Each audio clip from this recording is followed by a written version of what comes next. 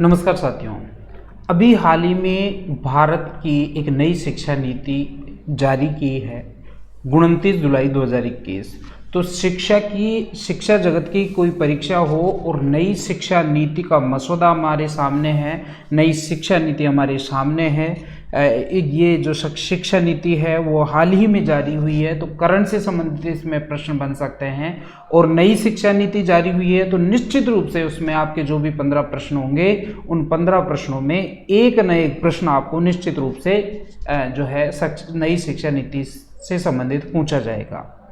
तो ये video 10 minute से ज़्यादा नहीं होगा, लेकिन परीक्षा की दृष्टि से जो महत्वपूर्ण प्रश्न बन सकते हैं नई शिक्षा नीति 2020 को लेकर, उन सभी प्रश्नों को इस वीडियो में शामिल किया गया है। इसलिए बने रहिए नई शिक्षा नीति 2020 के इस वीडियो में, ताकि परीक्षा में आपको अगल बगल देखना नहीं पड़े। जो भी यहाँ पे फैक्ट दिए जा रहे हैं वो निश्चित रूप से परीक्षा में आपको देखने को मिलेंगे। तो सबसे पहले जो नई शिक्षा नीति के बारे में अपन बात करते हैं, तो नई शिक्षा नीति का पहला प्रश्न तो यही बनता है कि नई शिक्षा नीति जारी कब हुई। तो साथियों, आपको ये ध्यान रखना है, इसकी डेट आपको ध्यान रखनी है। 29 जुलाई 2021 को ये जारी हुई है। 29 जुलाई 2021 की डेट आपको ध्यान रखना है। ये पहला प्रश्न हो गया आपका। नई शिक्षा नीति 2020 का जो अध्यक्ष है वो कौन थे, ये प्रश्न पूछा जा सकता है। तो ये आपके के कस्तूरी रंगन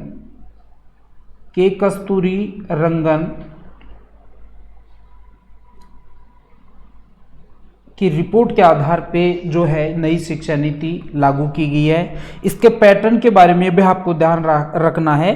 पैटर्न बहुत अलग प्रकार का है इसमें अब की बार। तो पैटर्न होगा आपका 5+3+3+4। अभी किस तरीके से होगा, 5 क्या है, 3 क्या है, 3 क्या है और फिर 4 क्या है, वो आपको आगे हम बताएंगे। फिलहाल जो प्रश्न परीक्षा की दृष्टि से अति महत्वपूर्ण बनते हैं कि किस प्रकार के प्रश्न पूछे जाएंगे, कि ये जो नई शिक्षा नीति है वो कब जारी की गई, इसके अध्यक्ष कौन थे, इसका वर्तमान पैटर्न क्या है, ये कौन से नंबर की शिक्षा नीति है, तो ये भी आपको ध्यान रखना है। ये तीसरे क्रम की शिक्षा नीति है। इससे पहले 2 शिक्षा नीति जारी हो चुकी हैं। एक शिक्षा नीति 1968 में हुई थी, दूसरी शिक्षा नीति आपके 1986 में हुई थी, और तीसरी जो शिक्षा नीति है वो 2020 में इसका मसौदा बना था। जो 1992 में, एक बार आपको ध्यान रखना है कि 1992 में 1986 वाली शिक्षा नीति की जो है उसमें कुछ संशोधन किया गया था। अब इसमें आपको ये ध्यान रखना है कि ये एक अलग प्रश्न इसमें बन सकता है कि क्या ऐसा कोई राज्य है जिसने नई शिक्षा नीति लागू कर दी है। तो यहाँ पे 3 स्टेट्स के आपको नाम ध्यान रखना है। पहला ऐसा राज्य कर्नाटक है जिसने नई शिक्षा नीति को लागू कर दिया है अपने स्टेट में, ठीक है। दूसरा राज्य है आपका नई शिक्षा नीति लागू करने वाला मध्य प्रदेश। मध्य प्रदेश राज्य ने भी नई शिक्षा नीति लागू कर दी है। और तीसरा जो आपका स्टेट माना जा सकता है वो यूपी है। यूपी में हालांकि पूरी तरह से नई शिक्षा नीति लागू नहीं की गई है, लेकिन हायर एजुकेशन में जो नई शिक्षा नीति के जो प्रावधान थे वो अभी इन्होंने योगी जी ने लागू कर दिए हैं। ये भी आपको ध्यान रखना है। अब यहाँ पे नई शिक्षा नीति 2020 का जो पैटर्न अभी हमने बताया, अभी 5+3+3+4, ये किस तरीके से है ये आपको देखना है। देखिए, ये सबसे पहले जो 5 साल का ग्रुप है उसमें आपको 3 वर्ष की प्री प्राइमरी आंगनबाड़ी वाली शिक्षा और कक्षा 1 और कक्षा 2 ये इसमें शामिल होंगे। तो ये फाउंडेशन ग्रुप होगा। फिर इसके बाद में 3 साल का एक ग्रुप होगा, कक्षा 3, कक्षा 4 और कक्षा 5, ठीक है। ये इसके बाद में एक मिडिल ग्रुप होगा जिसमें कक्षा 6, कक्षा 7, कक्षा 6, 7 और कक्षा 8 होगी। और ये 4 साल का ग्रुप जो होगा उसमें कक्षा 9 से 12 तक की जो कक्षाएं हैं वो इसमें ग्रुप में रखी जाएगी। ये आपको ध्यान रखना है। तो नई शिक्षा नीति 2020 में जो पैटर्न है वो आपको ध्यान रखना है, 5+3+3+4। ठीक है, आगे बढ़ते हैं।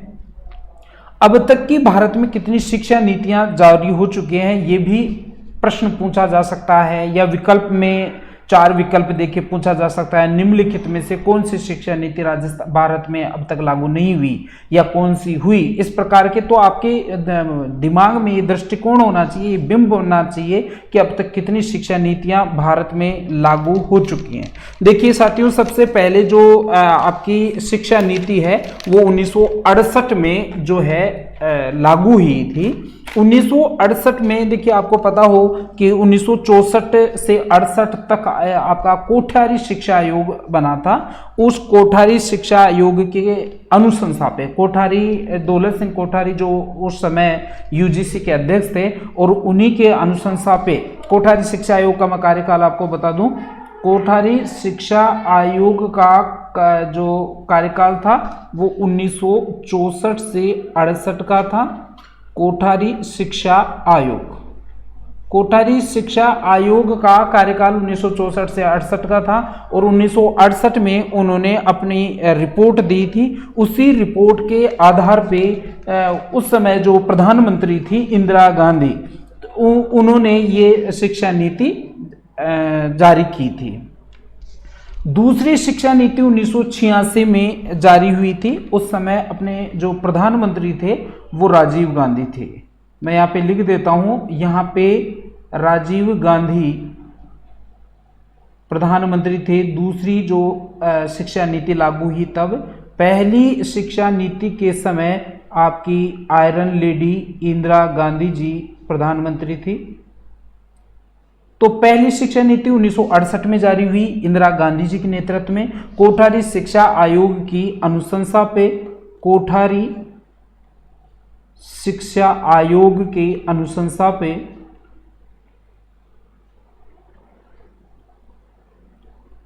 ठीक है, ये जारी हुई थी। दूसरी शिक्षा नीति 1986 में जारी हुई थी। उस समय आपके प्रधानमंत्री राजीव गांधी थे, और इस जो शिक्षा नीति थी उसमें संपूर्ण भारत में एक समान शिक्षण पद्धति को अपनाया गया था, और ये 10+2+3 वाला जो पैटर्न था उसी 1986 वाली जो आपकी शिक्षा नीति है उसके आधार पे हुआ था। अब कुछ लोग ये बताते हैं कि शिक्षा नीति अभी तक अब तक 3 नहीं 4 हुई है। 1992 वाली जो शिक्षा नीति है उसको भी वो मूल शिक्षा नीति के अंतर्गत गिनती करते हैं, लेकिन ऐसा नहीं है साथियों। 1986 में राजीव गांधी जी के समय जो शिक्षा नीति जारी हुई थी उसी शिक्षा नीति में 1992 में मात्र संशोधन किया गया था। ये स्वतंत्र शिक्षा नीति नहीं थी, मात्र संशोधन था। तो इसको शिक्षा नीति में संशोधन माना जा सकता है, मूल रूप से ये शिक्षा नीति नहीं माना जा सकता। और वर्तमान जो मोदी सरकार में ये शिक्षा नीति जारी हुई है उसकी कुछ विशेष विशेषताओं के बारे में हम यहाँ पे चर्चा करेंगे, क्योंकि प्रत्येक लाइन में एक प्रश्न यहाँ पे आपके लिए बन सकता है। हाँ, इससे पहले कि इसकी विशेषताओं के बारे में हम आगे चर्चा करें, मैं आपको बता दूं कि स्कूल व्याख्याता भर्ती 2022 से संबंधित एक्सीलेंट टेस्ट सीरीज हमने चालू कर रखी है। गूगल प्ले स्टोर पे आप आरजे टेस्ट सीरीज के नाम से ऐप डाउनलोड कर लें, और उसमें आपको जो स्टोर मिलेगा, स्टोर में आप हमारे टेस्ट सीरीज ज्वाइन कर सकते हैं। 25 पेपर जीके पेपर वाली 25 पेपर वाली टेस्ट सीरीज हमने चालू कर रखी है, जिसमें 15 यूनिट टेस्ट होंगी, 10 कंप्लीट टेस्ट होंगे। ऑल राजस्थान टेस्ट रैंकिंग आपको मिल जाएगी, और जो है आपको संपूर्ण जो भी डिटेल्स हैं हमारे YouTube channel the smart study with RG के नाम से आप सर्च कर सकते हैं, वहाँ पे आपको मिल जाएगा। अब देखिए, नई शिक्षा नीति 2020 के लक्ष्य क्या क्या हैं, और जो है इसके उद्देश्य क्या हैं, या इसकी विशेषताएं क्या हैं। तो एक तो साथियों सबसे पहली बात तो ये है कि इस शिक्षा नीति का जो मूल उद्देश्य है वो है आपका, एक थोड़ा सा मैं देख लेता हूं इसका कलर, शिक्षा के बजट को बढ़ाना। आपको पता है वर्तमान में शिक्षा का बजट जो है वो 4.43% जीडीपी का केवल 4.43% है, और गवर्नमेंट ये चाहती है कि इस 4.43 को बढ़ाकर 6% तक लाया जाए। 4.43 को बढ़ा के 6% तक शिक्षा के बजट को लाया जाए, ये पहला इसका उद्देश्य है।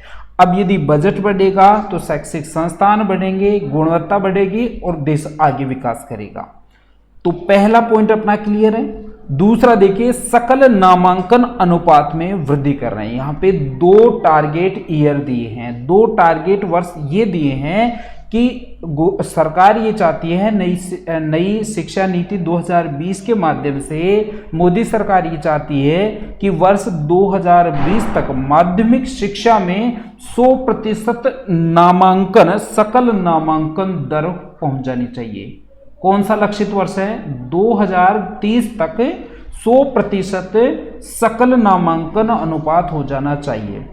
साथ ही मोदी सरकार ये भी चाहती है कि हालांकि उच्च शिक्षा के लिए हमारी संसाधनों के अभाव है, लेकिन लक्षित वर्ष 2035 तक उच्च शिक्षा में ज्यादा नहीं तो कम से कम 50% सकल नामांकन अनुपात हो जाना चाहिए। मोदी सरकार ये भी कह रही है कि आगे आने वाले वर्षों में लगभग 3.5 करोड़ सीटें, 3.5 करोड़ उच्च शिक्षा की सीटें निर्मित की जाएंगी। अब 3.5 करोड़ सीटें उच्च शिक्षा में निर्मित होंगी तो उसके हिसाब से मानव संसाधन भी आवश्यक होगी। तो निश्चित रूप से जो कॉलेज शिक्षा में जाना चाह रहे हैं उसके लिए एक अच्छी सूचना है कि निश्चित रूप से बहुत अच्छी सीटें अब निकलने वाली हैं। तो सकल नामांकन अनुपात के 2 लक्षित वर्ग आपको ध्यान रखना है। 2030 तक माध्यमिक शिक्षा में 100% सकल नामांकन अनुपात और 2035 तक उच्च शिक्षा में 50% सकल नामांकन अनुपात बढ़ाने का लक्ष्य रखा गया है। मानव संसाधन जो मंत्रालय है उसका नाम बदलकर अब शिक्षा मंत्रालय कर दिया है नई शिक्षा नीति में। शिक्षा मंत्रालय वर्तमान में मानव संसाधन मंत्रालय का नाम कर दिया गया है, ये भी आपको ध्यान रखना है। और धर्मेंद्र प्रधान जो हैं वो हमारे भारत के वर्तमान में शिक्षा मंत्री हैं, ये भी आपको ध्यान रखना है। एक तीसरा पॉइंट क्लियर है। चौथे पॉइंट में देखना है भारतीय उच्च शिक्षा परिषद नियामक का गठन किया गया है। एक प्राधिकरण बनाया गया है साथियों देश में। देश भर के जो भी उच्च शिक्षा संस्थान हैं उनके लिए एक नियामक की आवश्यकता महसूस की जा रही थी, इसलिए मोदी सरकार ने नई शिक्षा नीति में भारतीय उच्च शिक्षा परिषद नामक एक नियामक का गठन कर दिया है। ठीक है, चौथा पॉइंट क्लियर है।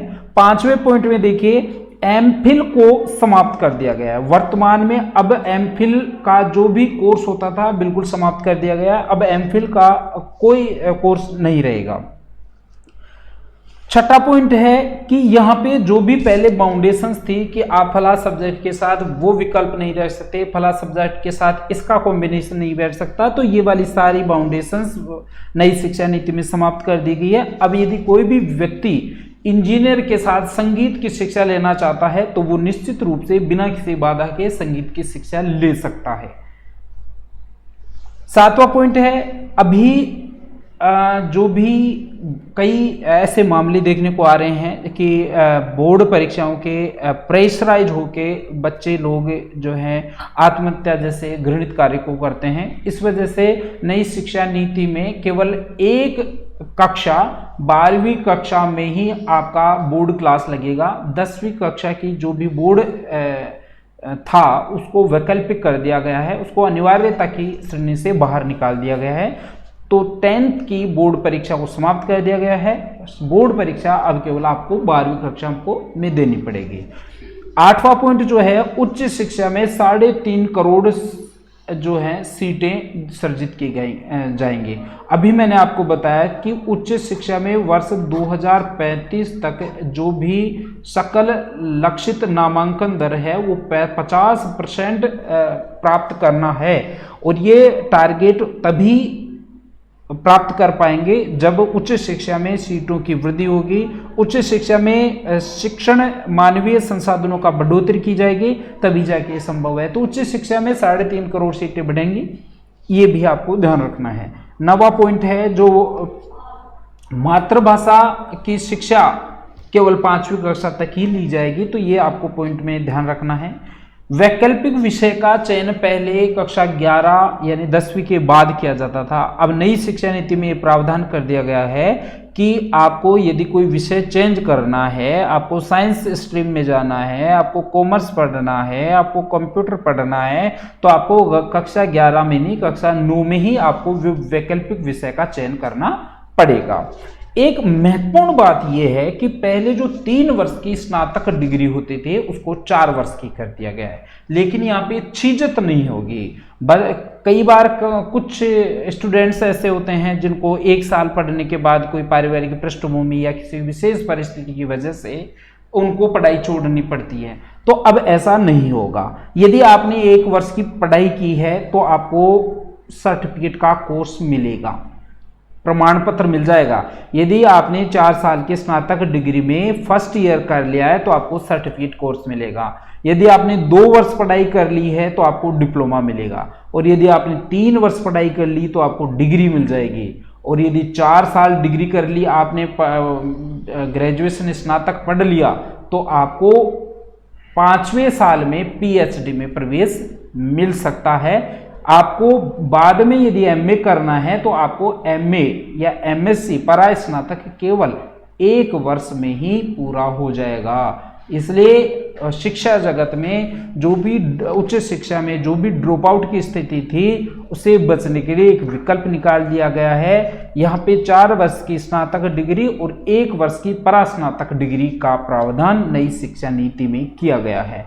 तो ये कुछ प्रश्न थे साथियों, जिसके माध्यम से हम नई शिक्षा नीति 2020 को समझ पाए। अब यहाँ पे आपको जो टेस्ट सीरीज के बारे में मैंने आपको बताया, आज ये टेस्ट सीरीज के नाम से आपको गूगल प्ले स्टोर पे हमारा ऐप डाउनलोड करना है, और उसमें नीचे से तीसरे स्थान पे स्टोर आपको दिखेगा। स्टोर में जाके आप हमारे जो भी टेस्ट सीरीज ज्वाइन करना चाहते हैं वहां से आप हमारी टेस्ट सीरीज ज्वाइन कर सकते हैं, जो बने बनाए नोट्स वहां से प्राप्त कर सकते हैं। यदि आप फ्री टेस्ट देना चाहते हैं तो लेफ्ट साइड में जो 3 डॉट हैं उसको क्लिक करें, और फ्री स्टडी मटेरियल यदि आपको चाहिए तो फ्री स्टडी मटेरियल पे आप क्लिक करके कंटेंट प्राप्त कर सकते हैं। और यदि आपको ऑनलाइन टेस्ट देना है फ्री, तो फ्री टेस्ट में जाके आप फ्री टेस्ट सेक्शन में जाके आप इसको यूज कर सकते हैं। इस प्रकार ये सबसे बड़ी जो डिमांड आई थी स्कूल प्रबंधन की थी। स्कूल प्रबंधन में ज़्यादा कंटेंट बनता नहीं है, इसलिए कुल 10 पेपर हमने इसके बनाए हैं, और 10 पेपर में संपूर्ण स्कूल प्रबंधन स्कूल मैनेजमेंट का जो भी संभावित प्रश्न है उसको सम अप करके उसके ग्रेवी बना के आपके लिए तैयार करके हमने जो आपका ऐप है वहाँ पे अपलोड कर दिए हैं, ताकि आप लोगों को बना बनाया कंटेंट मिल सके। धन्यवाद।